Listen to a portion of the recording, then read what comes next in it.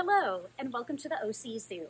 My name is Marcy, and I am the Curator of Education here at the OC Zoo. So today we're going to go on a virtual tour of the zoo to learn all about our animals. But first, we're going to start right at our zoo entrance, and I'm going to tell you a little bit about our zoo. So we are a part of OC Parks and the County of Orange. And our zoo primarily takes in animals that need a home. And usually those are animals that are native to this area, or at least the southwestern United States. So Minion, this little screech owl that you see here, is a very good example of many of the animals that come to the zoo. So many of our animals are often injured or hurt out in the wild and then end up not being releasable back into the wild and need to have a final home. Sometimes we even have some animals that have been confiscated from people who have them illegally or were not caring for them properly. So Minion is a bit of an example of one that cannot go back out into the wild. So Minion, our little screech owl here, was abandoned in his nest at a very young age. So we don't know what happened to Mom or why she didn't want to take care of him, but unfortunately he wouldn't have survived on his own. So that is how Minion came to be here at the zoo, to live out his life where people can care for him properly. So we're going to get started and learn all about some more of the animals here at our zoo. Well, we are here in front of our black bear exhibit here at the zoo. So you may be able to see our black bears right behind me, but we're going to talk a little bit about what makes a black bear and how they're different from another type of bear that may be familiar to you, the brown bear. So first we're going to talk about all the different types of bears that we have in the world. So I'm going to come on over and bring a picture a little closer for you to see. So here you can see that we have many different species of bears that are found in different parts of the world. Now, some bears may be very familiar to you, such as the panda bear here, or maybe even the polar bear. So most of us know a little bit about some of those bears. And then we also, of course, have the black bear that we have here in North America. There's also another type of black bear called the Asiatic black bear. And then we have, of course, brown bears. And then we have some bears you might not be as much familiar with, but they include the sun bear, the sloth bear, and the spectacled bear. So as you can see, these are the 8 main types of bears that we have throughout the world. And today we're going to talk a little bit more about the black bear and also the brown bear. So as I mentioned, we have black bears here at the OC Zoo. Now, black bear is probably not the greatest name for this species of bear, and the reason for that is that they come in many other color phases than just black. And even our 2 bears we have here at the zoo, we have one that is a brown phase and one that is a black phase. So black bears come in lots of different colors. I'm going to show you a couple photos of some examples of that. And I've got one right here, as you can see. So these are 2 black bears that you see kind of having an interaction. And one is a blonde color, you'll notice, or almost white. And the other one is a normal black phase. So black bears come in lots of different colors. So they come in many shades of brown. And you can see some here in this picture as well. So they come in many different shades of brown that include like a cinnamon brown, a dark chocolate brown, and then of course we do see them in the black phase, and then in some parts of the US we see them in a blonde or a white phase even. So they are not albino, they do have some color, but they are a white or a blonde phase. And then to make it even cooler, in some parts of southeastern Alaska, there are what we call glacier bears, and they are a species of black bear that are a deep navy blue color almost. So lots of different colors for the black bear, so probably not the best name for them. Now, it will become a little bit confusing because there is another species of bear we have in North America called the brown bear. Now, remember we just said that some black bears are in a brown phase, so you can be easily confused, of course, between a brown bear and a black bear. Now, we are going to talk a little bit about both of those types of bears. So I have a few skulls, and you can see on this table here. Now, this very, very large one you see right here is actually the replica skull from a very large brown bear. And this bear here, with the size of this skull, this bear would weigh over 1,000 pounds. So some brown bears get very, very large. Now, this one right here is sort of the average size of a brown bear, and you may have heard of grizzly bears. Those are a subspecies of brown bear, or just another type of brown bear, and this would be a very typical size for a brown bear skull. And so this bear here could weigh anywhere from, say, 500 or 600 pounds up to about 800 pounds.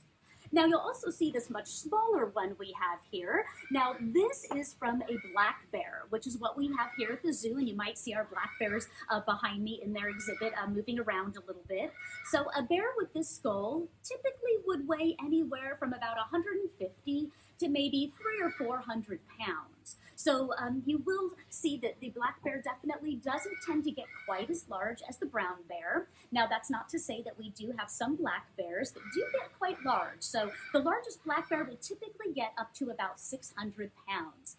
And of course, we often can see many brown bears at that same weight. So it's very, very confusing sometimes to be able to tell which one might be which. Now, in the state of California, we do not have brown bears any longer in the wild. So you will only be seeing black bears if we're talking about ones here in California. But you might be in another part of the U.S. where we would have both species of bears. So I'm going to tell you a little bit about the difference between the two of them. All right, so I'm going to tell you a little bit about the differences between brown bears and black bears. So I'm going to bring over a little picture to tell you a little bit about the differences. So here you will see that we have a diagram that shows a brown bear here on this side and a black bear on this side. So one of the first things you're going to notice is that the brown bear appears to be larger than the black bear. Now, although that is generally true, sometimes some black bears get quite large, and sometimes we have brown bears that are a bit small. So that can still be a little bit confusing to tell the difference between the two. Now, one thing you'll notice right away that looks different in the picture is this big hump on the back of the brown bear. So that is where their shoulders are. So brown bears are very strong, and they have very powerful, strong, large shoulder muscles. And so we see that in this big hump. Now notice you do not see that big hump on the black bear. It's more of a smooth back without a big hump. So that's a pretty easy way to tell the difference between the two. Now another way we can tell the difference between them is by looking at their faces on the side, or looking at their profiles. So I'm going to get a couple other photos to show you that difference. All right, so here we can see that we have a brown bear right over here and a black bear here. So we're looking at the side or profile of the bear's face. Now, one thing you'll notice on this one with the brown bear is, do you see that red line or that curve that I drew right there? That's to show you that there's a curve on the face, or it's kind of concave maybe, you would say. Now on the black bear, it's very different. You can see the red line that I drew is straight. So we don't see a curve on that face or side of the profile. So that's also one way that we can tell the difference between the two types of bears. Now let me show you a couple other differences between brown bears and black bears. So I'm going to show you what the footprints of both these bears look like. So we're going to start with some very cute little baby black bear footprints. So these would be on a bear that probably is, about under 100 pounds or so. So we can see the front paw and the back paw here. All right, and then I'm going to show you what the adult black bear's footprint looks like. So that's a pretty good footprint. You can kind of see my hand in comparison with the size of the footprint of the black bear. So although this is large, and this would come from a bear that's probably around 300 pounds or so, I'm going to show you what a brown bear's footprint looks like. And I bet you're going to be really surprised at how large this one is. So I'll hold both up so you can kind of see the difference. So this right here is a grizzly bear footprint, And this is from, again, a bear that could weigh about 800 pounds or more. And so I'm going to show you my hand up against this one. So this is a really large footprint. And then that means also on these toes, there are very long nails. So I'm going to show you what those look like as well. So the nails on a brown bear would look like about this size right here. So that's pretty large, and I can show you when I hold up this footprint what that kind of might look like on all of the toes. Now we have some brown bears that I mentioned, remember, like this big one right here. So this is from a bear that could be over 1,000 pounds. And this is what the size of the nail would look like from that type of bear. So here's the difference from a more average sized brown bear and an extremely large brown bear. So those are some long nails, and I'm going to bet they're way longer than your nails. They're definitely longer than mine. Now, on the other hand, we've got our black bear nail. So you'll see that this one's still a pretty good sized nail. So I'm going to hold this up on the footprint so you can kind of see what the nail would look like on the foot of the black bear. And again, I'm going to compare it to a average sized brown bear. So here you can see the difference in sizes between the two nails.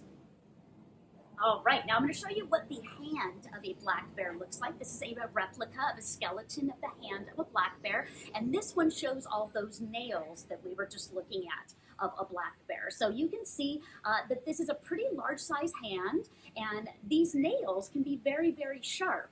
And black bears use those because they do a lot of digging often to either find food or to find a place to sit or to find a place to kind of rest. So they definitely have very strong nails, and those are used for digging.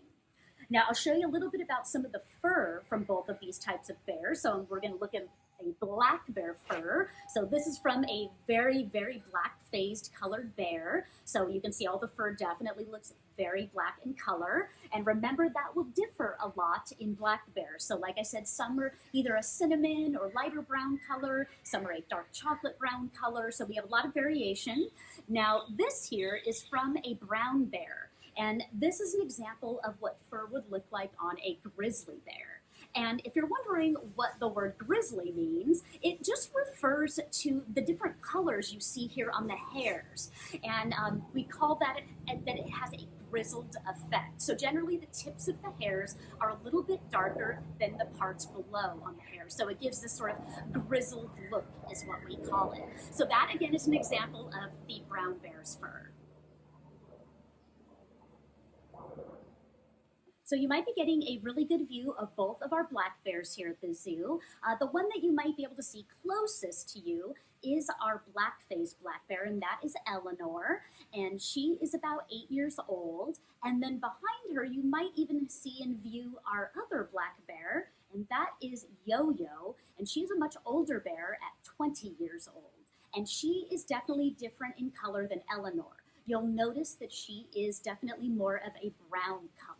All right, so we are going to talk a little bit about a bear's teeth and what bears eat. So I'm going to bring over the skull so we can get a little bit better look. So this here is a average size brown bear skull. I'm going to open its mouth, and the first thing you'll notice are these very big, sharp teeth. There are a couple on the bottom and a couple on the top. So those large teeth, which are their canines, those are used for when they eat meat. So they need very strong, sharp, powerful teeth in order to eat meat. Now, bears eat other things as well. They are actually what we call omnivores because they eat both meat and they eat fruits and vegetables, just like you and I. So I'm going to open the mouth so you can get a little bit better view of the other teeth in the mouth, especially in the back there. And you'll notice those look very similar to your teeth. And they're kind of like your molars. And so those teeth provide a nice flat surface for them to chew and grind any of the plant or vegetable matter that they might be eating. So you may be able to see our female black bear Eleanor behind me inside our bear exhibit.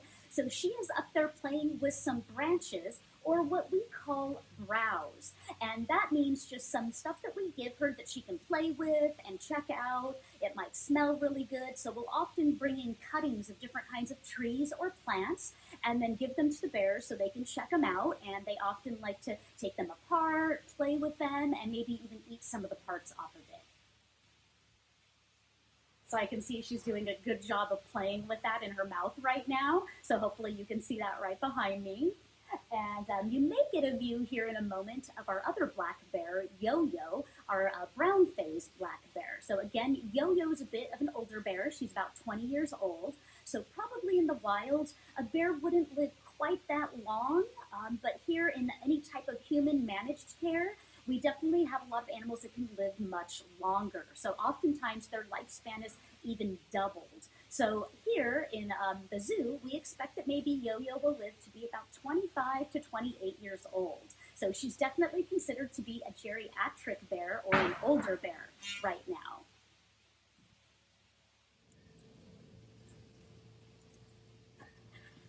Well, now we are in front of our deer exhibit, and right behind me here, I bet you can see our mule deer. So this here is a female mule deer named Bobby. So I'm going to be feeding her a few snacks here and there while I'm talking to you about deer. So she's going to get a few grapes and maybe some granola bar pieces, and those are special treats for her.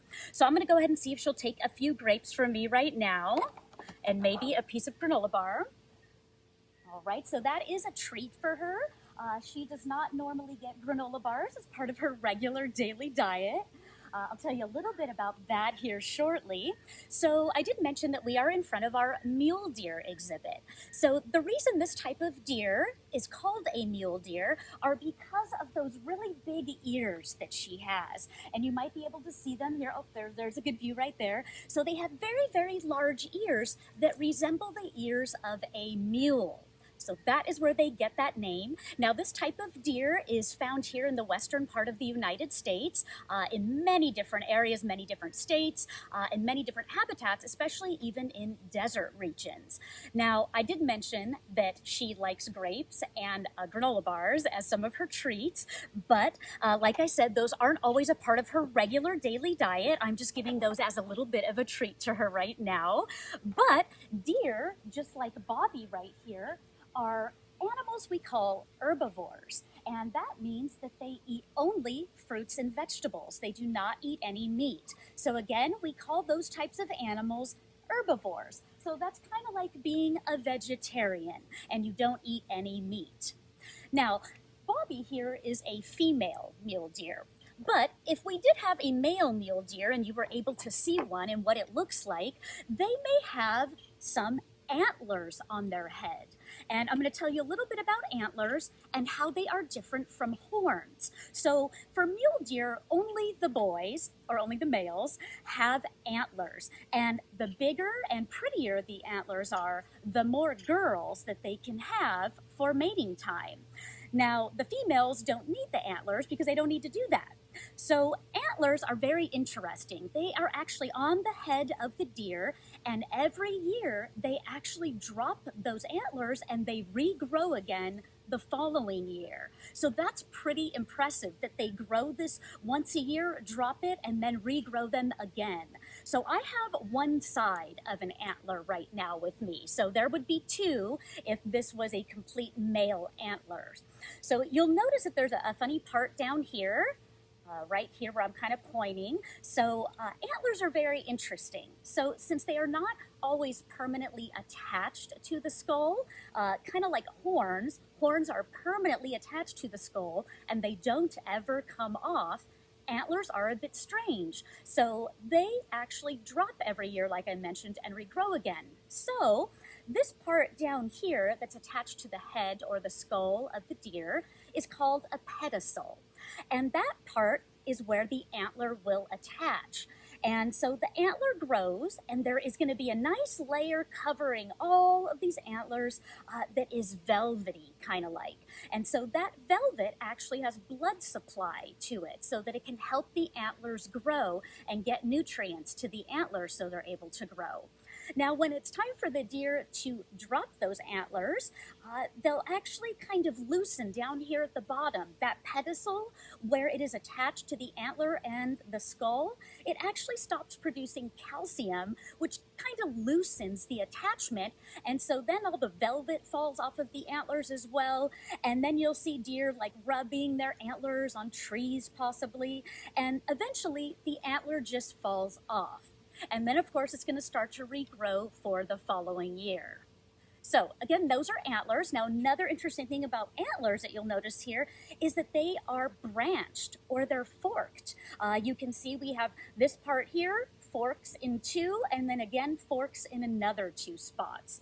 Now, if it was a horn, those are a little bit different. Okay, so we said that antlers can be branched or forked, as you can see here.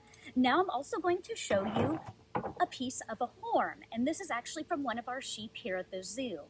Now, horns do not branch or fork.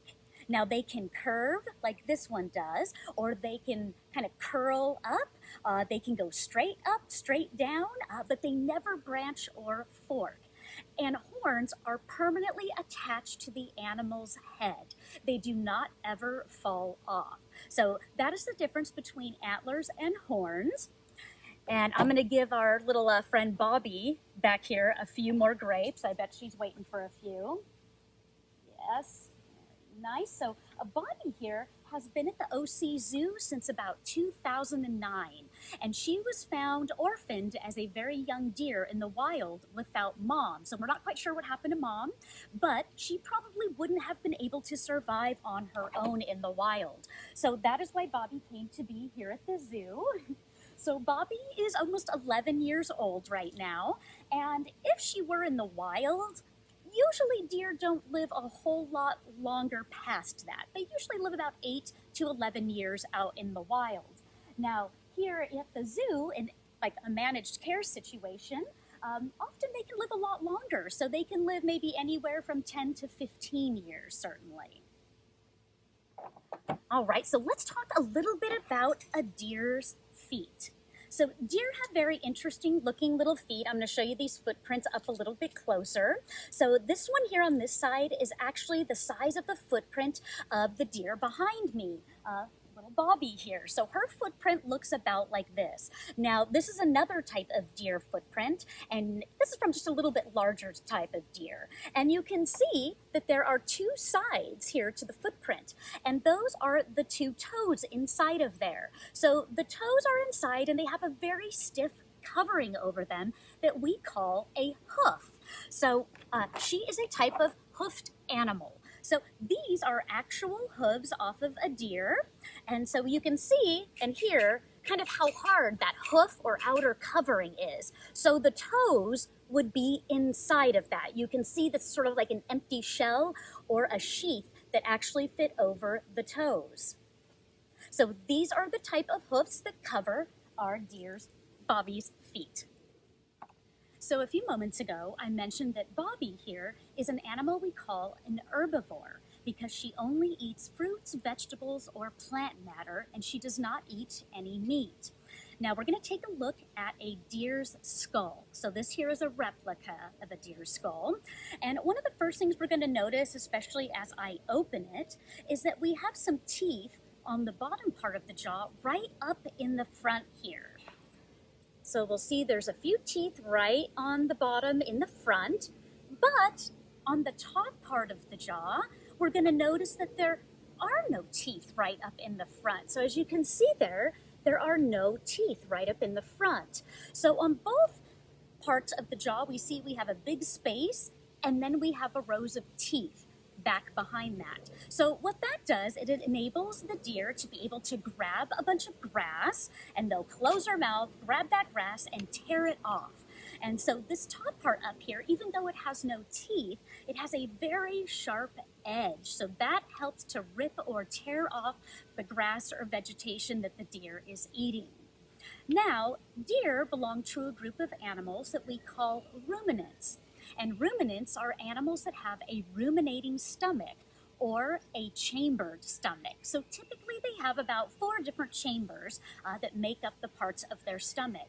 And the reason they have this is a survival adaptation. So a deer is going to go grab a whole bunch of food, rip off that grass or vegetation. They're not going to chew it because they're in a big hurry. They're just going to shove it in their mouth. They're going to run and find shelter or somewhere to hide away from a predator. And there they can sit and actually chew the food, and they swallow it. And sometimes it has to be regurgitated and re-chewed again and then swallowed. So sometimes that happens multiple times, but it is just processing that grass down and chewing it enough so that the different parts of the stomach can digest it.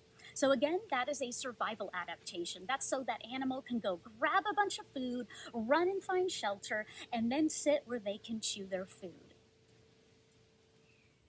We are now inside of our porcupine and turkey vulture exhibit. And as you can see in front of me here are a couple of our porcupines. So on this side right here, this is Penny. She is a female. And then we have another female named Bernadette. And Bernadette here is the daughter of Penny. So these guys are North American porcupines. And porcupines belong to a group of animals that we call rodents.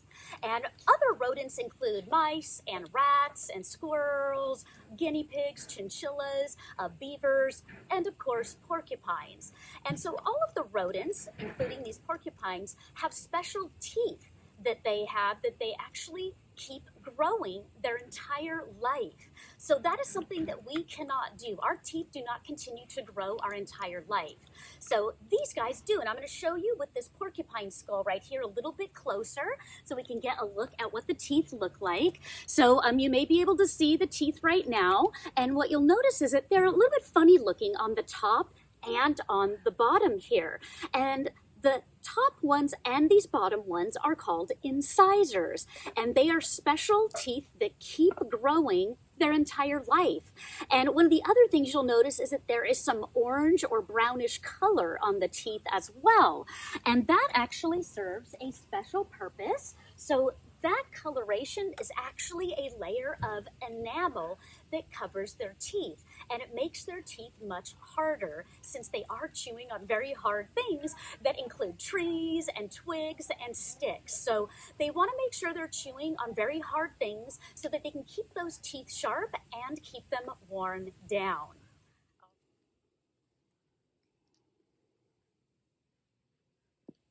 Here, right here. All right, so you might have gotten a little bit of a good view of those orange colored teeth that the porcupines have. That's that layer of enamel to make them nice and hard. You can hear her crunching on her little biscuit. We'll see if we can get another view of those orange teeth inside there at all. Oh, you can see them a little bit, that sort of funny yellowy orange color on those teeth. We're going to look a little bit at the porcupines themselves right now. So one of the things you'll notice are these funny, long, kind of fluffy hairs. They're almost kind of silly looking. They stick up a bit, and you can see I'm touching them, and they are rather soft. So those hairs are special hairs called guard hairs. Now, underneath the guard hairs, I will show you if I move the hair. Oh, you will see this part that looks a bit white. And these hairs are much stiffer and harder. So these hairs here are called quills.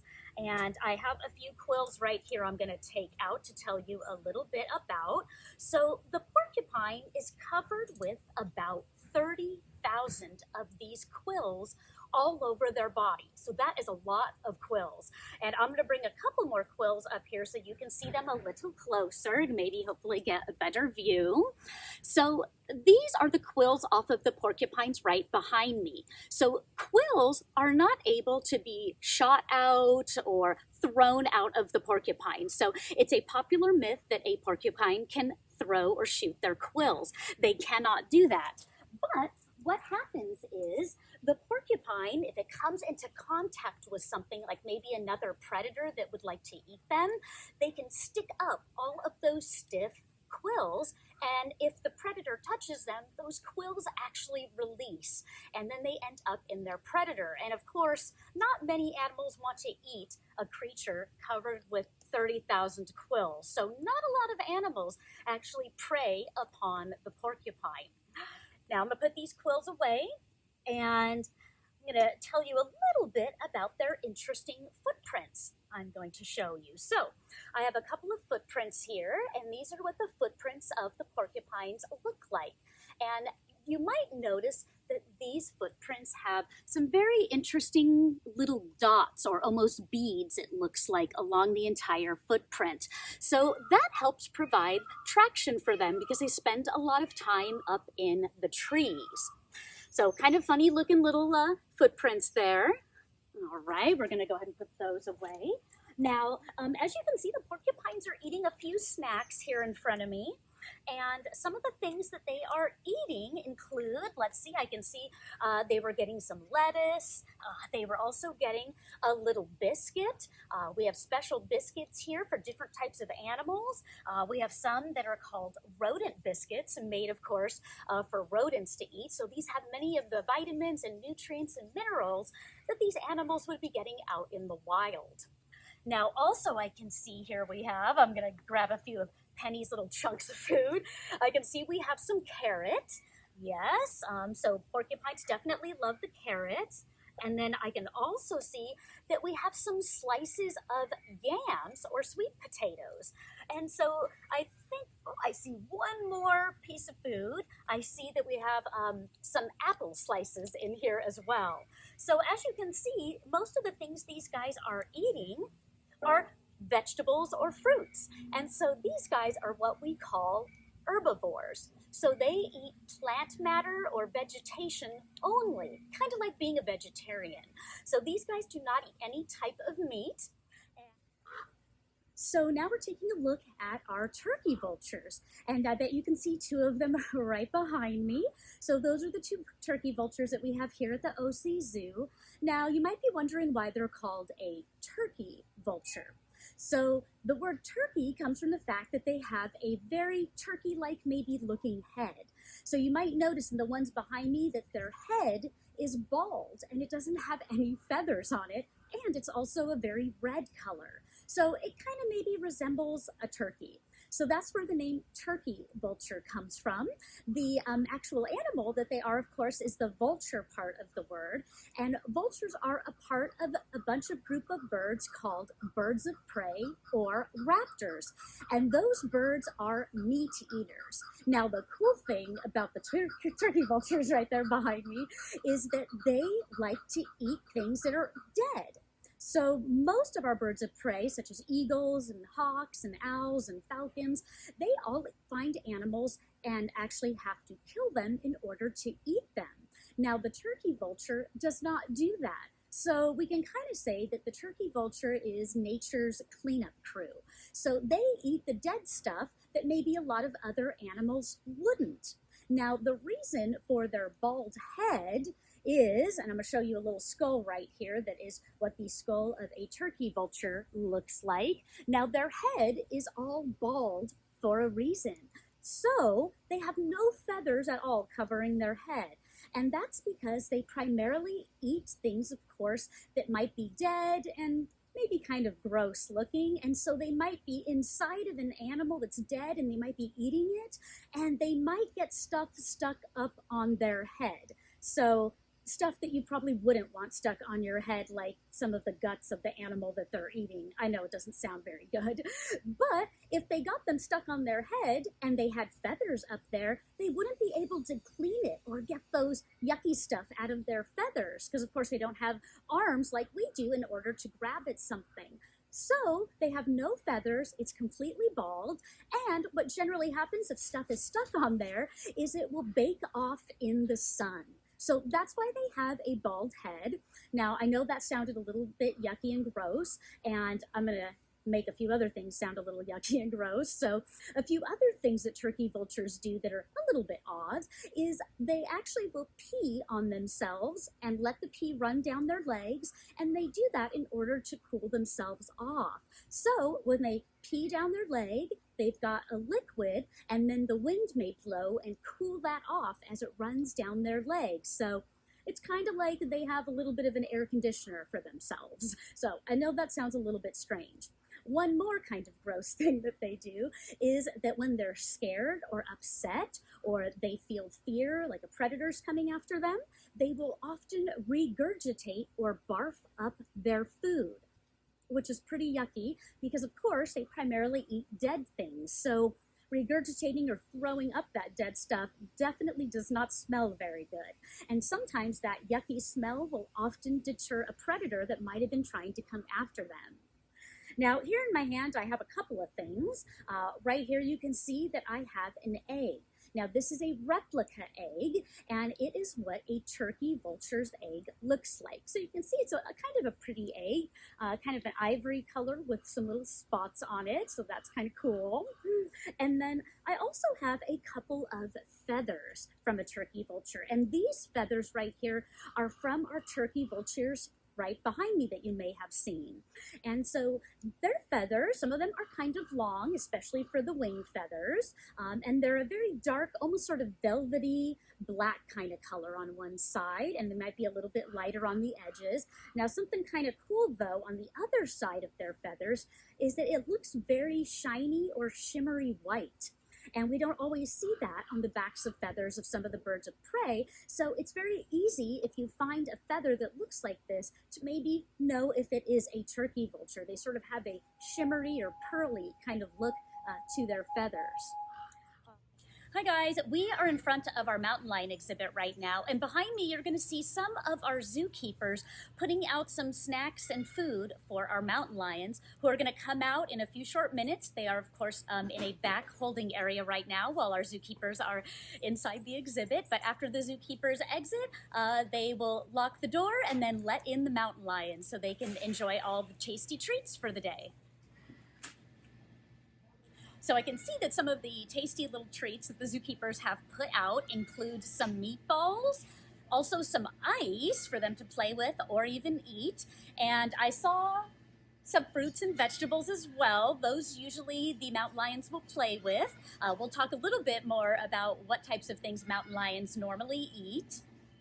And also I can see some popsicles that have been made with some of the blood of the meat that we use here. So the mountain lions might really enjoy those little popsicles that we have for them. I know they don't sound too good to us because they're made of blood, but the mountain lions will really like them.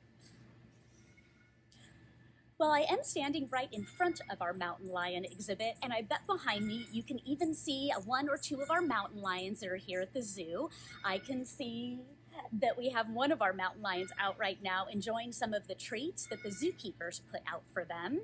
Now, let's talk a little bit about mountain lions. So mountain lions are a cat that are known by lots of different names. So you may have heard a lot of these before. We have cougar, puma, panther, catamount, ghost cat, painter cat. In fact, these cats are known by sometimes over 20 different names, but all of them are correct, and we typically refer to them as a mountain lion or a cougar most commonly. So I can see that one of the other cats is joining us on the exhibit as well. So we have a male and a female mountain lion here at the OC Zoo, and they are siblings, so a brother and a sister. And they came to the zoo because they were found abandoned by their mother. So we don't know what happened to mom, and since of course they wouldn't survive in the wild as the tiny little kittens that they were, we had to find a home for them. So that is how they came to be at the OC Zoo, because unfortunately we don't know what happened to their mom out in the wild. So I can see behind me, we have one of our mountain lions right in the front right here. So that is our male, and his name is Santiago, and he is just licking up a little meatball that was on a plastic toy in his pond. And I can even see that our female, his sister, who is named Majeska, is enjoying some of her treats as well back there. So you're going to see them walking back and forth while I talk a little bit about mountain lions. So let's talk more about it. So mountain lions are often confused with bobcats. So those are two cats that we have here in this area and all over much of the Southwest and even covering much of the US in general. Now I'm going to show you a little bit about how these two cats differ. So take a look in this photo. The much larger cat you see is of course the mountain lion. And then we have a smaller cat next to it here, and that is the bobcat. So the first thing you're going to notice is just the size. There is a big difference in the size of an adult bobcat and an adult mountain lion. Another thing you're going to notice right away is the tail. Look at this nice long tail that a mountain lion has. A bobcat has a tiny, short, bobbed tail. In fact, that's where they get the name bobcat, because they have a bobbed, short tail. Now, another thing you're going to notice in this photo is the color of the animal and what the coat looks like. Notice that the mountain lion is an all golden brown color that is solid. And when we look at the bobcat, we're going to see that it looks a little bit spotted with some even little lines. So very different coat color. Now, what can be confusing is that young mountain lions actually do have a spotted coat to help them camouflage in the wild. As they grow older, they will lose all of those spots and then look like what this adult mountain lion looks like. Now, I'll also show you the size difference in comparison to a domestic or pet cat here in this photo. So you're going to see the mountain lion, or cougar as we call them too, and then a bobcat in the middle, and then a domestic or pet cat on the end there. So you can see a domestic cat and a bobcat are more similarly sized, but the mountain lion, of course, is a much larger species of cat. Now I'm going to show you one more photo here so you can see the mountain lion and the bobcat right next to each other, kind of imposed upon each other, so you can see the difference in size. Now typically the bobcat will get to a length of about 3 feet across, and the mountain lions are a lot longer than that. We see them up to about 8 feet in length. So very different. Here in this photo, you can always almost see how different the tail looks. So got a real long tail on the mountain lion and a very short one there on the bobcat. All right. So I'm also going to show you what the skull of a mountain lion looks like, and also what it looks like in comparison to a couple of other cats that we may see in North America. Now, first I'm going to show you the mountain lion skull. So here is the size, a typical size of a mountain lion skull. These are all replica skulls that I'll be showing you. And then I also have a bobcat skull. So you can see again the major size difference between a bobcat and the mountain lion. Now, I'm going to show you the skull of another cat that's actually larger than the mountain lion. So this one here is the skull of a jaguar. And we have these cats. Some people still, they think they're seeing them in North America a little bit, especially in the United States. We've had some sightings of jaguars. They used to have this as some of their territory, but over time and urbanization, we have lost most of them that we have in the United States. But we do believe some people are actually seeing these guys again in the US. So kind of exciting. So you can see how much bigger the jaguar is compared to the mountain lion. So let's take a little bit closer look at the mountain lion skull. So I'm going to go ahead and open this up for you to see. Look at those teeth. Those are some pretty large and sharp teeth. So what these teeth are telling us is that this type of animal eats meat. So they are strictly carnivores, or meat-eating animals. Now, although we will give some of our animals here at the zoo some fruits and vegetables, they're kind of just fun treats or things for them to play with. Sometimes the mountain lions like sticking their teeth into them. So you will sometimes see some fruits and vegetables in our exhibit for the mountain lions, and although they're not really eating them most of the time, they are having fun with them, kind of like a toy. So again, these very sharp teeth tell us that we are looking at an animal that strictly eats meat. All right. So I'm going to also show you what the nails or the claws on the mountain lion's paws look like. And I have a couple of examples here. So here are two different claws from mountain lions. You can see one is a little bit bigger than the other, and that's because mountain lions can differ in size, of course. Now, typically a mountain lion will get to be about 80 to about 130 pounds around the area that we live in here in Southern California. Now, the two mountain lions behind me are brother and sister, Majeska and Santiago. They are, let's see, the female is about 120 pounds and her male is about 140 pounds. So they are fairly typically sized for mountain lions that you might see around here, maybe just a little bit on the big side. And we do see some mountain lions that live farther north may get very large and almost upwards of 200 pounds. So there's a little bit of variation in the size of the mountain lions. Now I'm also going to show you what their footprint or their paws look like. So this is pretty average size of the mountain lion's footprints. The one right here I'm showing you is actually what their front paw looks like. It's a little bit bigger, you're going to notice, than this paw print from their back foot. And that's because their front paws are much stronger. They have much stronger muscles, and they use those front paws to often help get the prey that they are going to eat. Now, the typical prey in the wild is going to be a mule deer, especially here where we live. And again, these strong teeth are actually really helpful in them getting their prey. And what they typically do is they're very similar to many cats, and they do a sort of stalk and pounce, or they surprise their prey.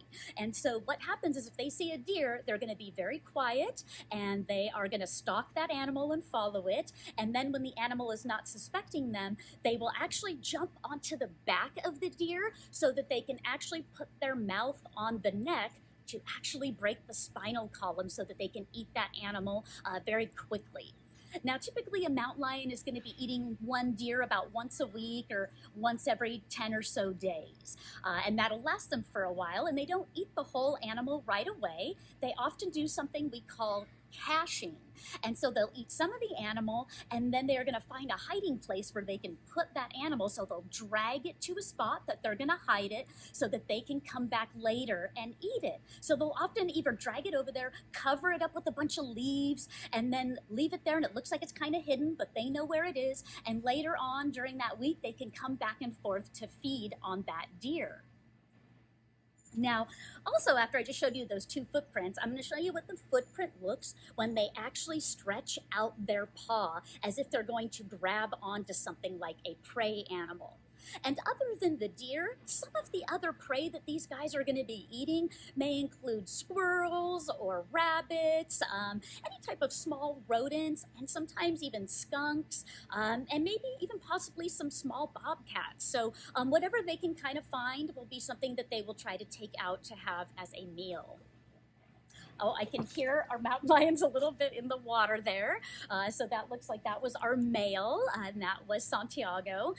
He actually does enjoy hanging out in the water. So a lot of people think that cats don't love the water, but that's not totally true for all cats. Our male will often go and sit in his little pond here, or his little pool, and he'll play with toys. I think I see there's like some plastic toys in there right now, and he does enjoy playing with those toys.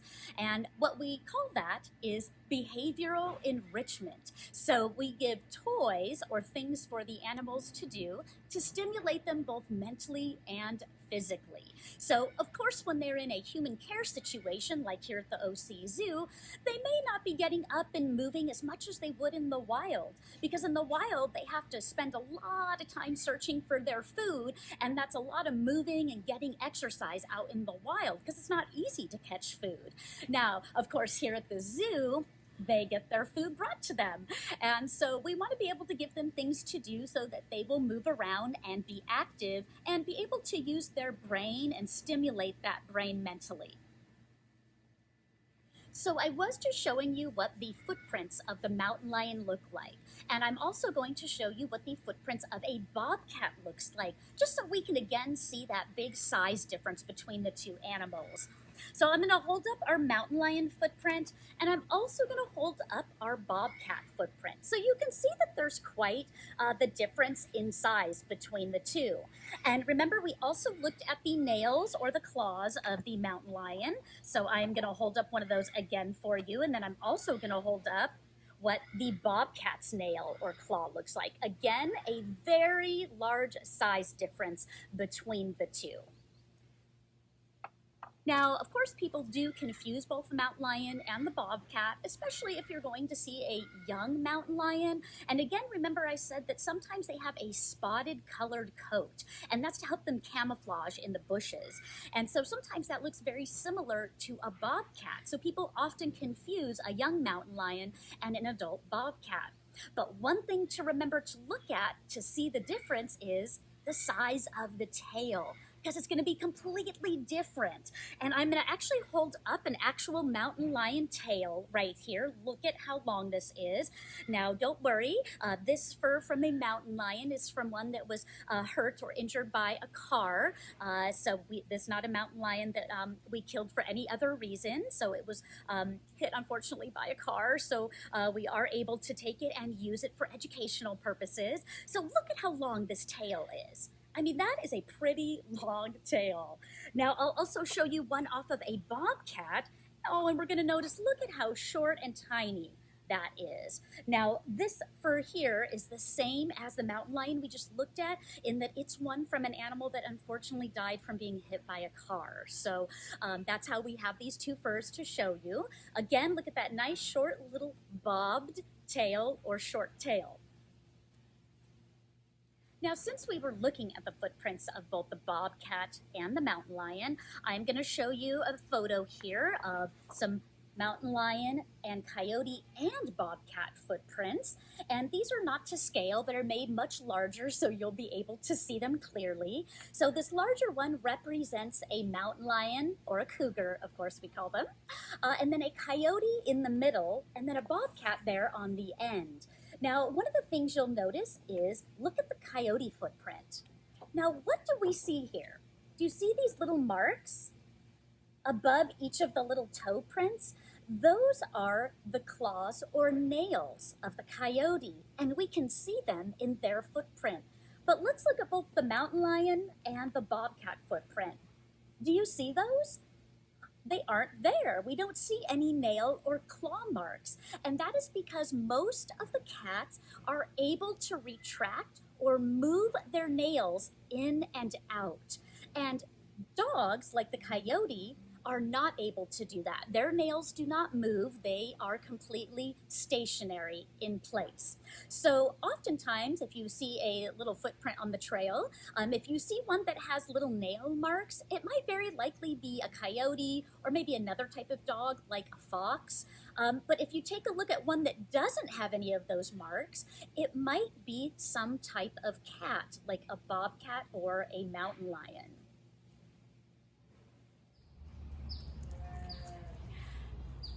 Well, now I'm in front of our bobcat exhibit, and you can probably see behind me that our bobcat is playing with something. So that is Baxter, and he's about 10 years old, and I can see that he is really enjoying a carrot that we've given him. So that again is called behavioral enrichment. It's a kind of a fancy phrase for playing. And you can see he's just having a good time rubbing on that carrot. So it's just something to keep him mentally and physically active and stimulated. So it definitely looks like he's been enjoying that. Earlier, we learned a little bit about mountain lions, and we also talked about how the bobcat is different from the mountain lion. Now, as you can see by looking at the bobcat here, they are much smaller than mountain lions. And also the coat color is a little bit different. The bobcat has more of a spotted coat, and when we saw the mountain lions, they were more of a solid color, especially as adults. Do you remember that the mountain lions, when they are very young, often have a spotted coat up until they're about 6 months to a year old, and then those spots start to go away, and they'll be that solid color as an adult. So a little bit different than the bobcat here. I can see Baxter is right behind me, staring something down, probably in another part of the zoo.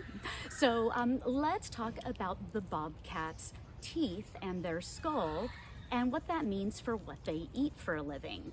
So I'm gonna hold up a bobcat skull for you. We actually saw one earlier when we talked about the mountain lions. And what you'll notice are these teeth are extremely sharp, and there aren't a lot of teeth in here. So this is telling us that this animal is a carnivore or a meat eater. So these really sharp teeth in the front, on the top and the bottom, are used to sort of like grab the animal that they're going to eat for a meal, and then the smaller teeth inside here are more of shearing teeth, so they can get that meat off of the bone. So again, these guys are strictly carnivores, and they are meat eaters. So the vegetables, again, that you saw in there for him were to play with, not necessarily for him to actually eat. Well, you can probably see that Baxter is right behind me, enjoying playing with maybe some of those vegetables or eating a little bit of the raw meat that was put in by his zookeeper earlier. And I hope you can actually see his little tail. So that is why a bobcat is called a bobcat. They have a bobbed or short tail. So you can kind of see his little tail with the black and white tip to it, kind of moving around a little bit there. So that one is a very easy way to tell a mountain lion from a bobcat. Always look at the tail to see if it's short, like a bobcat's, or if it's really long, like a mountain lion's. Well, now we are right next door to our bobcat habitat. And behind me, you might be able to see another of our small cats here at the OC Zoo. And this is our Ocelot. So you also might be able to see one of our zookeepers. She is feeding our Ocelot right now. So she's on the other side of the fence. She is not inside with the cat. And she's feeding some raw meat. And just like the bobcat, the ocelot is also a carnivore, so a strict meat eater.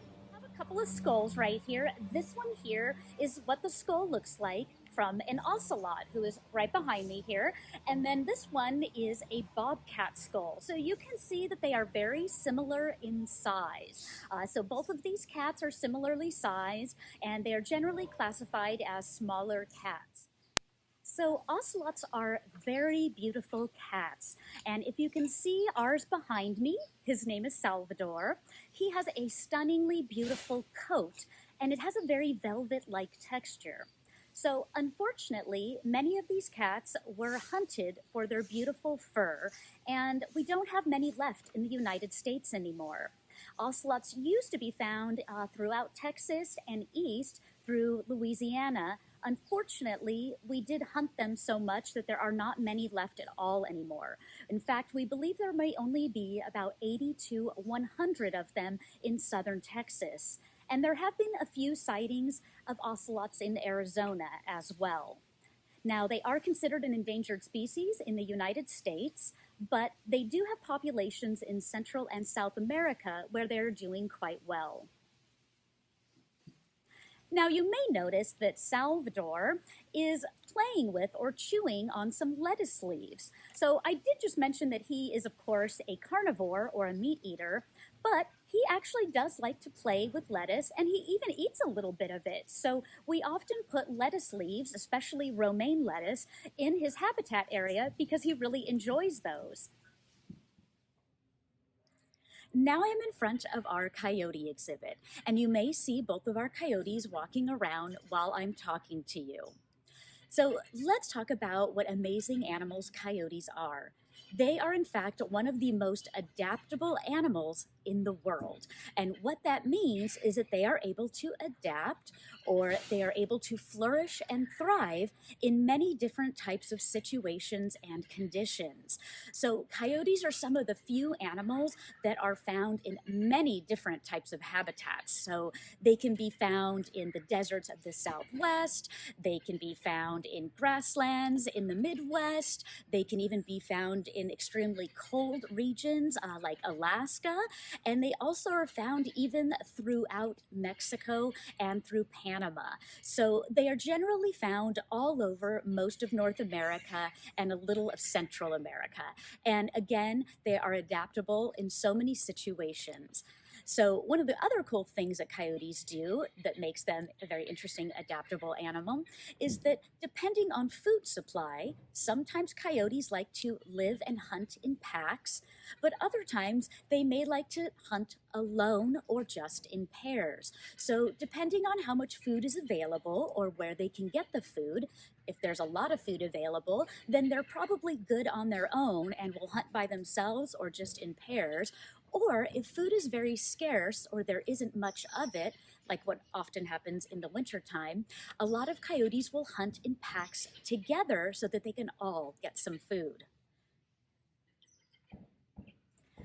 So the coyote's scientific name is Canis latrans, and that means barking dog. So I'm sure you've noticed that a coyote looks just like almost a regular domestic dog, which is very much true. And many domestic dogs are actually even larger than the coyote. Now, coyotes are obviously then a member of the dog family, and that includes jackals of Africa, it includes all the species of wolves, and of course, the domestic dog. So you may have noticed that I am holding something, and what I have here in my hand is a replica of a coyote skull. So we'll take a good look at that. Oh, notice the very sharp teeth. So let's talk about what a coyote eats. Now remember, I said coyotes are very adaptable animals, and that applies to what they eat. So technically, a coyote is classified as a carnivore. And you remember from earlier, that means a meat eater. And typically carnivores do not eat plant or vegetable matter. But since the coyote is so adaptable, they also eat many other types of things. So they're not only eating meat, although that might be what they usually eat, which will include mice, rats, maybe some squirrels or rabbits, even some small reptiles or small birds. But because they are so adaptable, they will often eat whatever they can find or get. And often we call coyotes opportunistic feeders. So you might see some coyotes in areas like cities where you might not expect to see a lot of wildlife. And in many of those areas, coyotes have come to kind of go through trash and find any scraps that they can get. And then even in areas like the desert where there's hardly any food for some portion of the year, coyotes will even eat fruits and vegetables. So they are known to eat some plants. And that's a little bit unusual. So again, we call that an opportunistic feeder. They take whatever they can get. So earlier I mentioned that coyotes are a member of the dog family and that they are related to domestic dogs. So you might have noticed from watching the coyotes walk by behind me that they're not that large. And in fact, many people have domestic dogs that are much bigger than some coyotes. Now here I have got a footprint of a coyote, and you'll notice it's not very large. It's a pretty small footprint. And again, many people's domestic dogs or pet dogs often are much larger and they would have a much larger footprint. Now, on the other hand, this is what a footprint looks like from a wolf, which is a bit larger typically than the coyote. Now, in some parts of the U.S., coyotes are relatively small, very similar to the ones you may see behind me, the ones we have here at the OC Zoo, and they can weigh anywhere from about 20 to 30 pounds. But in some areas, coyotes can get quite large, so they will differ in size a bit. Now, also one of the differences you'll see in coyotes is the color of their coat or their fur. Now, if you can see here some examples of some coyote furs that I have, you'll notice the color is quite different. This one here looks very different from this one right here. So coyotes can really vary in the color of their fur. And sometimes you see them often in this more light brown or even a little bit of light gray and some pale ivory or white color. And then sometimes we see them in a much darker or even some like blacks and dark browns. So they really can vary in their coat color as well. Many people have heard coyotes howling, and they make many different vocalizations, but howling is probably the one we are most familiar with.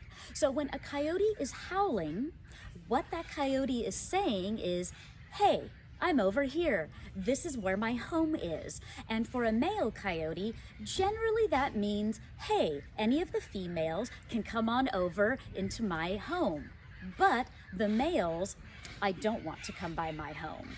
So sometimes we might also hear coyotes making a few other sounds, and a yelping or a yipping is one of them. Usually that is made when youngsters are playing or having a good time or kind of just practicing fighting or catching food. So lots of little yips and yelps will be heard from a lot of the youngsters. Now, another sound we might hear from a coyote, which also references their scientific name. Remember, their scientific name means barking dog, is of course the fact that they can bark. And barks typically mean that probably they're defending something. It might be their territory, it might be a kill that they have just made to eat, so they don't want anyone to come on over and get their food. So it's usually more of a like threat and letting everyone else know that, hey, this is mine and stay away. This is our barnyard area of the OC Zoo. So here's where you will find some very familiar animals to you, including goats and sheep. Now, goats and sheep are animals that have been domesticated, and that means that over thousands of years, we have bred them to be used for agricultural or farming uses or as pets. Just like we say domestic dogs and cats are ones that you can have as pets. So these animals here, since they are domesticated, they're not necessarily native to this area or the southwestern United States, as many of the other animals that we have seen are. So again, these are domestic animals and not native to this area. Now, you might be able to see some of the sheep behind me, and those are a breed of sheep we call Jacob sheep. And they are a very distinct black and white color. Now, earlier we talked about antlers and horns and why and how they are different. So I have a couple of horns here. I'll just show them a little bit closer to you. So these are some horns off of our Jacob sheep, which you see right behind me. And if you remember, when we talked about antlers, those were not permanent attachments to the skull. So they are only on for a certain time of year and usually only on males, and the antlers will fall off at some point during the year and then regrow again the next year. Now, if you remember, those antlers looked a little bit different than the horns you might find on goats and sheep. So antlers branch. So they go off in different directions, and horns do not. They do not branch at all, and they are a permanent attachment to the skull of the sheep or goat. So they do not fall off and regrow. So they are permanently attached to the animal's skull. Now, they are never branched, like I said, but they can curl, twist, go straight up, straight out. And I'll show you an example, a very beautiful, interesting example of another animal that has horns. This is from a type of sheep that is wild called a bighorn sheep. And we do have those here in the southwestern US. So this is a skull and the horns of a bighorn sheep. Now notice the horns twist around beautifully. You can see that on this side as well.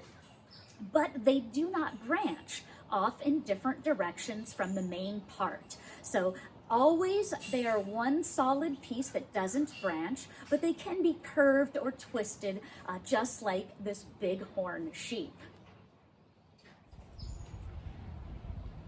Now the Jacob sheep behind me that hopefully you can see a little bit, they are covered with a special type of fur or hair that we call wool. And it has a very fluffy appearance. As you can see, it's a little bit different than normal hair on a other type of mammal, so a little bit fluffier, and this covers their whole body, and it continues to grow throughout their life. And so we actually have to give the sheep a haircut, usually every 6 months or so. And that special haircut is called shearing. So we shear off the wool so that they can either be cooler for the summertime, because if they have a lot of thick wool covering them, they're going to be really hot, especially here in Southern California. So we shear them or cut off that wool so that they're much cooler during the warmer months of the summer and the fall. And then we would like the wool to grow again so that it does help keep them warm for the little bit colder months that we have here in Southern California. So this wool right here actually was sheared right off some of the sheep that you see behind me. Again, these are Jacob sheep. And remember I mentioned they have a black and white wool. So it is more of like a cream color, or it gets a little bit dirty from being on the sheep for so many months. Now, this wool is a very interesting wool. If I rub my fingers in it a lot, I will find that it's a little bit greasy or oily, and that is because these animals produce something called lanolin, and it's like an oil that basically acts as a protectant for the sheep's skin. So again, if I rub it a little bit, I can feel a little bit of oily or greasiness come off of this wool. So this is wool that we sheared off of our sheep, and oftentimes wool is used by people to make clothing, of course. So the wool from our sheep can be cleaned and washed and brushed out, and then you'll be able to better see the different color, the black and the white. So this is from the same portion of wool that I just showed you, and you can see that it is a true white and black color once it has been washed. And this one has been twisted into like some yarn by a wool spinner. So you do see that true black and white color from the wool of the Jacob sheep. Earlier in our tour, when we took a look at the mule deer, remember we said that they were part of a group of animals that we call ruminants. And being a ruminant is a survival adaptation. So typically ruminants are animals that are prey animals, or animals that other animals will eat. Now, it's a survival adaptation because it allows the sheep or the goat or the deer to come up, grab a bunch of grass, tear it quickly, and then run off and find somewhere to hide where they can then chew their food in safety, because they are a little bit worried that maybe there's a predator out there looking to get them. So they want to make sure that they can find somewhere safe to hide. And so then they'll start to chew the food. They will swallow it.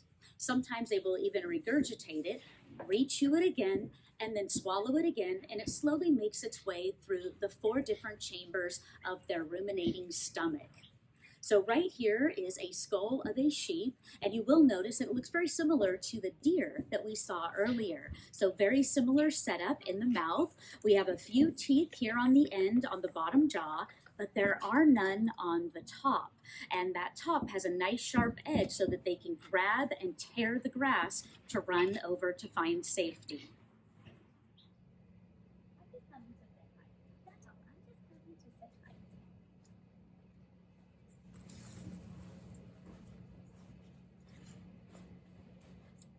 Well, I am inside our kit fox exhibit here at the OC Zoo, and I think just a moment ago you may have seen one of those foxes right up here on this rock or log.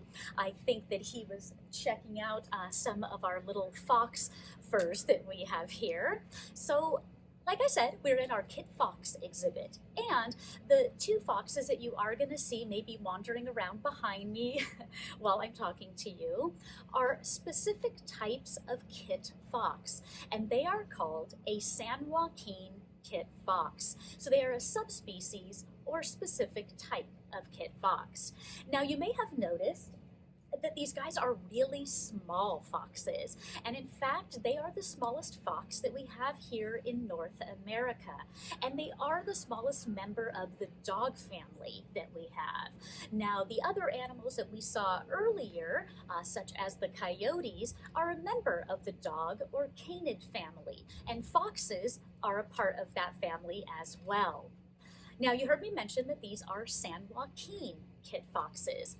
So they are found only in the San Joaquin Valley in California, and that is primarily an area we call the Central Valley in mostly Central California area.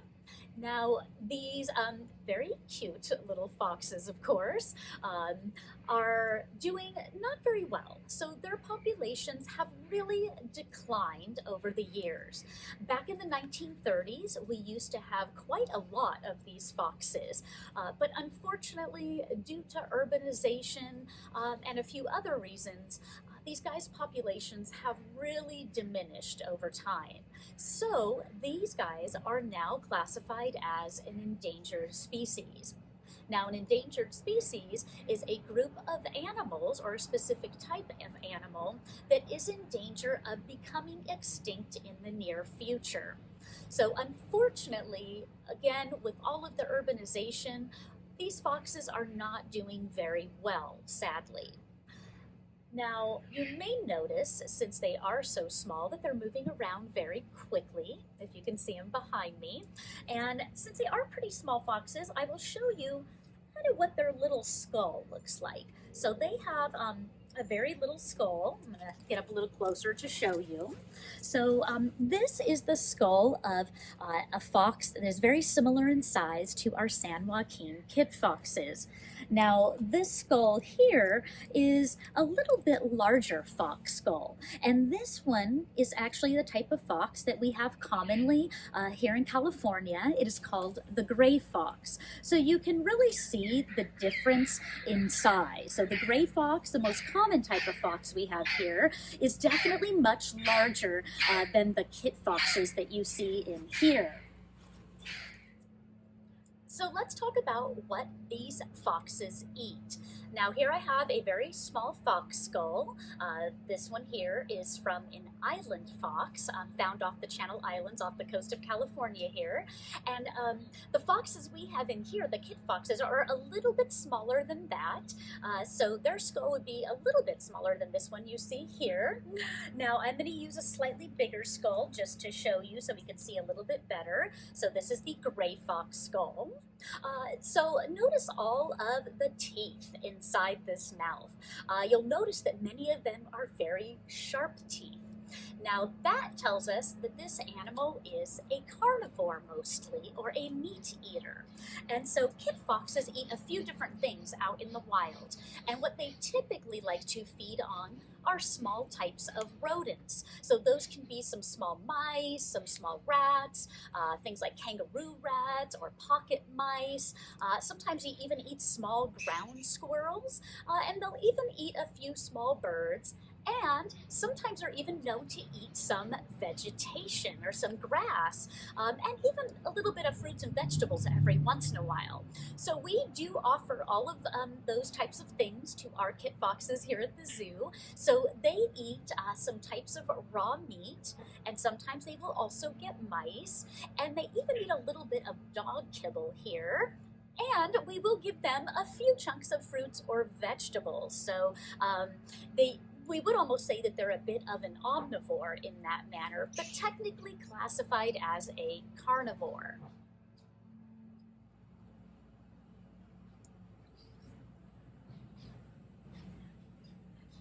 So you can see that one of our foxes there was coming up to check out some of the things I have on the rocks right here. So let's take a look at those. Now, I have a few different types of furs from different kinds of foxes. So different species of foxes can really vary in the color of their fur.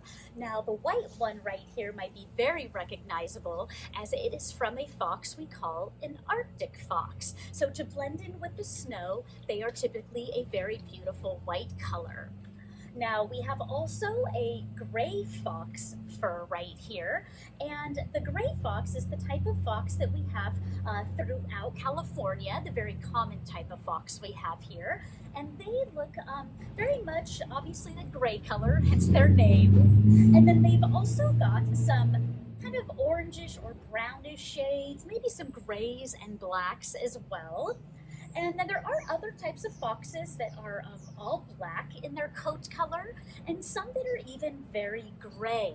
So we can see there's lots of variety in the colors of different species of foxes. Now you'll notice that our San Joaquin kit foxes are very much a color to sort of camouflage with the terrain in which they live. So they will often be in very grassland type areas where the soil may be a gray or brown or tan color. And so these guys camouflage really well in that type of area.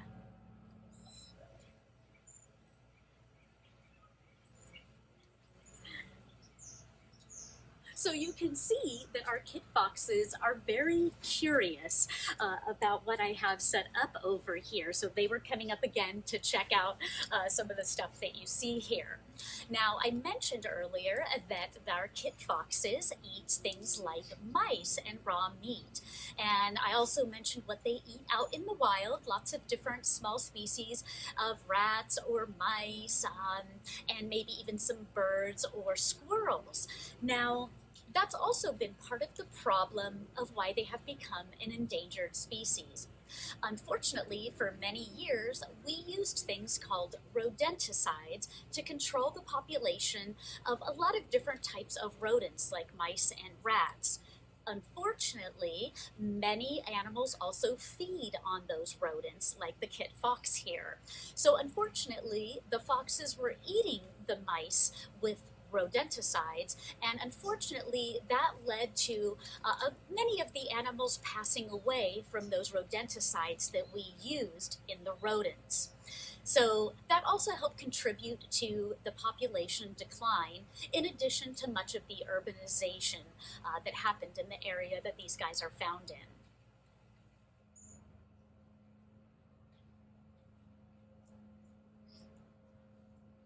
So in a moment, we're going to see a little bit of footage of our foxes with our zookeepers. And our zookeepers here at the zoo train most of our animals to go inside of a crate or kennel or some type of smaller enclosure that we can move.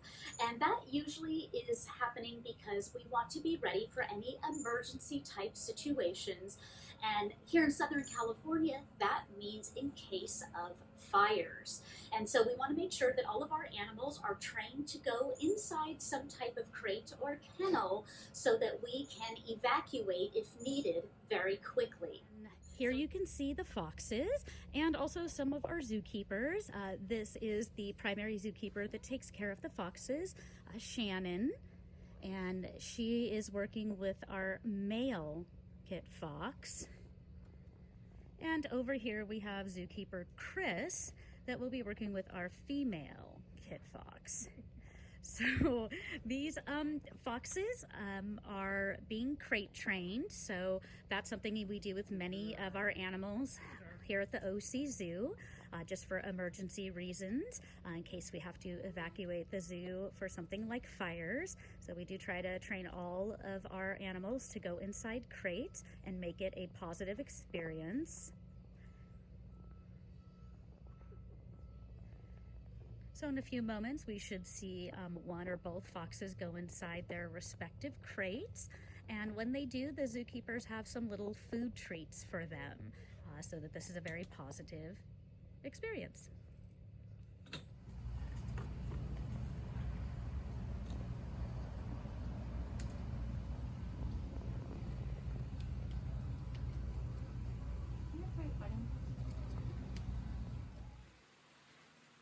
Now I am inside of our beaver exhibit, and in just a minute I think our beaver is going to make an appearance. Well, here he is, and this is Buckley, and Buckley is a North American beaver.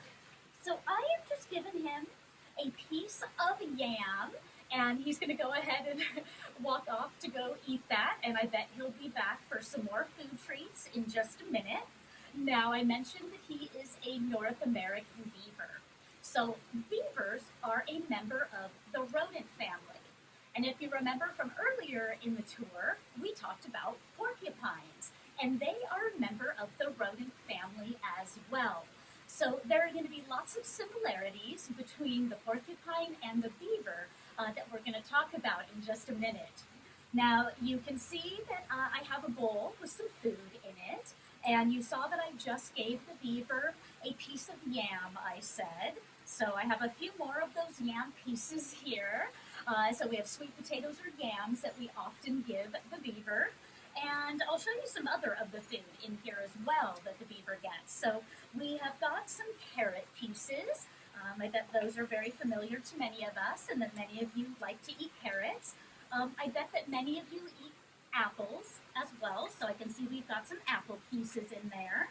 And probably many of you enjoy a salad sometimes. And so we've got some lettuce as well. So it looks like we have many of the parts of a yummy salad right here. And then we also have some little biscuits. And these are biscuits made especially for rodents. And so one of them is actually called a rodent biscuit. So they have many of the nutrients and minerals that those animals would normally be getting out in the wild. So they'll get some of those as well. So here comes Buckley, our beaver, and I'm going to give him one of those little biscuits. Let's see if he will like that. All right.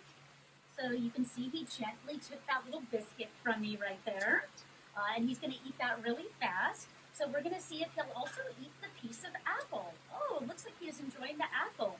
Now, something I want you to notice while he's right there is look at those front feet of his. Oh, they have small little front feet. And then in the back feet, they are much, much larger. So you'll notice, look at those big feet in the back. Now, those feet have webbing on them. And I bet you can guess why they have webbing and why they are so big. So these guys spend a lot of time in the water, right? And so they need to be able to swim well in the water. So those big webbed feet help them to be able to maneuver in the water. And then those front little feet, oh, he's going to take that piece of carrot I just gave him.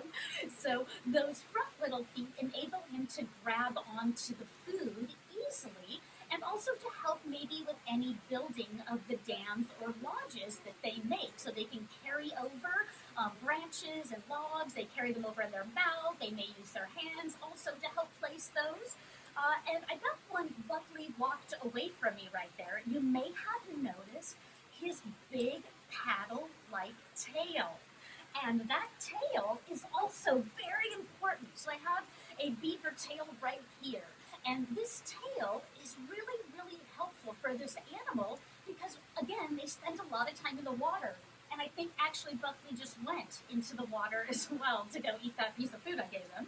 Now, this tail is kind of like a big paddle. And so he is able to help steer and maneuver himself when he's swimming in the water with it. Now, they also use their big paddle tail to communicate with each other. So they might like slap their tail right on the water to tell each other things. Oh, I'm going to give Buckley another piece of yam right there. So they will use their tail to help communicate with each other as well. All right, looks like Buckley is coming on by to just wander by to eat his food there. So we're going to keep talking a little bit about beavers. So I am going to show you, as we talked about with those feet you just saw, here's another look at this. So here is what that big back foot looked like. I'll come up so you can see this a little closer. So this back foot is the webbed foot. And so they are very, very large, and they help them get through the water and maneuver and swim really well. And then you saw those front feet were very, very small. So look at the size difference from the back foot to the front foot, and notice there's lots of webbing in the back foot, but not quite as much in the front foot. So two very different looking feet or footprints on the same animal, which is really interesting.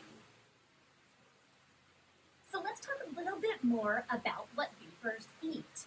Now, do you remember with the porcupines we talked about earlier? They are animals we call herbivores, right? Well, so is the beaver. And that food I just showed you that he is getting today were all things that were fruits or vegetables. So there was no meat in here. So that tells us that he is an herbivore. So he only eats fruits and vegetables or plant matter. And he's got some very interesting teeth. And we're going to take a look at those here in just a minute. So I can see that Buckley is chewing on that piece of yam that I gave him. Now, beavers have incredibly strong teeth, and they're very large.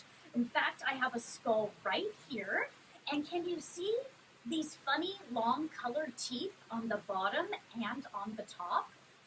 They're very strange looking, aren't they? Here is a side view, and these teeth up on the top, on the front, and the ones on the bottom as well are incredibly strong teeth. And they enable this animal to tear and chew through things that typically many other animals wouldn't be able to at all. And so, of course, that includes things like trees. So beavers are able to chew through trees or branches, and those hard teeth that they have in the front of their mouth. Let's give Buckley a little carrot there. He's going to walk off again. So these big teeth in the front that you see, they are extremely hard, and what helps them be very hard teeth to get through trees is that they have a layer of enamel that covers them. And that's what that funny kind of orangey brown color is that you see on the teeth. And so again, that's a layer of hard enamel to help them chew through very hard things. And this replica skull right here is kind of showing you the color that the teeth typically are. I'm actually going to show you a part of a real beaver's lower jaw, and it's going to have the true color that we would see on those big incisor teeth. So this is just one half of the jaw on the right side. And so here we're seeing that big bottom tooth. And do you see that very yellowy, orangey color on that tooth? That is that layer of enamel. And you can see how thick this tooth is. And then you'll also notice that is a pretty long tooth. Can you imagine having a tooth that long in your mouth? I know, it sounds crazy, doesn't it? But rodents like the beavers and porcupines have teeth that continue to grow their entire life. So they never stop growing. Now, your teeth and my teeth, we don't do that. Our teeth don't grow our whole life. They stop growing at some point, but these guys don't. So they have to wear their teeth down or file them down. And they do that by chewing on things like tree branches or logs. And so that wears the tooth down. It'll keep growing, and then the beaver has to keep eating and eating to constantly wear those teeth down. Well, Buckley is off eating a piece of food that I just gave him, but I want to talk a little bit about his fur. Now, beavers are, of course, part of a group of animals we call mammals, or animals that have fur covering their body. And this fur that covers a beaver is incredibly soft. And it is also incredibly dense, meaning there are a ton of small hairs covering their body. And I will show you what this looks like a little bit closer so we can get a better view of it. And what you'll notice is look at how dense that is. It's hard for me to even separate the fur to show you the skin underneath. So that fur is like, it looks even extra fluffy on the part that's closest to the skin or on the inside. So it is incredibly dense, and there's a ton of fur that covers their body. And that is really helpful for a beaver because they spend a lot of time in the water, right? So if the water is very, very cold, this fur helps insulate the beaver, and it also helps really waterproof down there by the skin. So there's so much fur covering it that the water won't even get in close to the skin. So sometimes the water will be all over the beaver. They'll come out of the water, and you'll notice they'll do a little shake, almost like a dog or a cat would after coming out of the water. And very quickly, most of the water has come off of the animal, and they'll even feel rather dry underneath, even after just coming out of the water. I am joined now by one of our reptile friends here at the zoo. Now, reptiles are animals that are covered with scales all over their body. And earlier in our tour, we saw many animals that were covered with feathers, which are birds, and also animals covered with hair or fur, which are mammals. Now, this is a snake right here, and his name is Rocky. And Rocky is a rosy boa. So that means that he is a type of boa constrictor. And boa constrictors are known for squeezing or constricting their prey, or the animals that they are going to eat. So Rocky here is a very common type of snake that we have here in Southern California. And as you can see, Rocky is very docile or very calm. And typically these are very shy snakes. So even though we have a lot of them around, it may be that you might not ever even see one if you're out hiking on a trail in a park because they are so shy.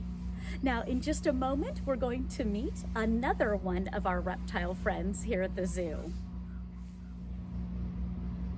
I am now with my friend Chuck. And Chuck here is a type of reptile called a lizard. And this type of lizard is called a chuckwalla. And I know that sounds a little bit funny for a name of a lizard. Now, chuckwallas are very common in many of our local deserts here in Southern California. So they like an area where it's typically a lot drier and hotter. Now, a couple cool facts about the chuckwalla. Notice he's got some wrinkly excess skin on the sides of his body here. You can see I'm kind of able to move that wrinkly skin around a little bit. Now, that skin is for a special purpose, and it is another type of survival adaptation that an animal has. And what happens is if the chuckwalla is threatened or scared by possibly a predator, they will often run into a pile of rocks, and then they will inflate their bodies with air, kind of like a balloon. And that means that they get kind of stuck in the rocks. And so the predator isn't able to pull them out or get to them because they are stuck in the rock. Now, once the predator has left and the chuckwalla does not feel threatened or scared anymore, he is able to deflate his body and then come back out of the pile of rocks. So that excess skin is there so that he has some space to inflate his body with air. Now, something else kind of cool about the chuckwalla is notice his tail here. Now, it looks a little bit chunkier or wider here at this part up on the top of the tail. And that is for a special reason as well. So oftentimes living in the desert is a bit of a rough place, and you might not have easy access to food. So this tail actually stores fat for them so that they can pull from that as a source of energy when they aren't able to find any food. On behalf of the OC Zoo, I hope that you have enjoyed learning a little bit about some of our animals we have here at the zoo.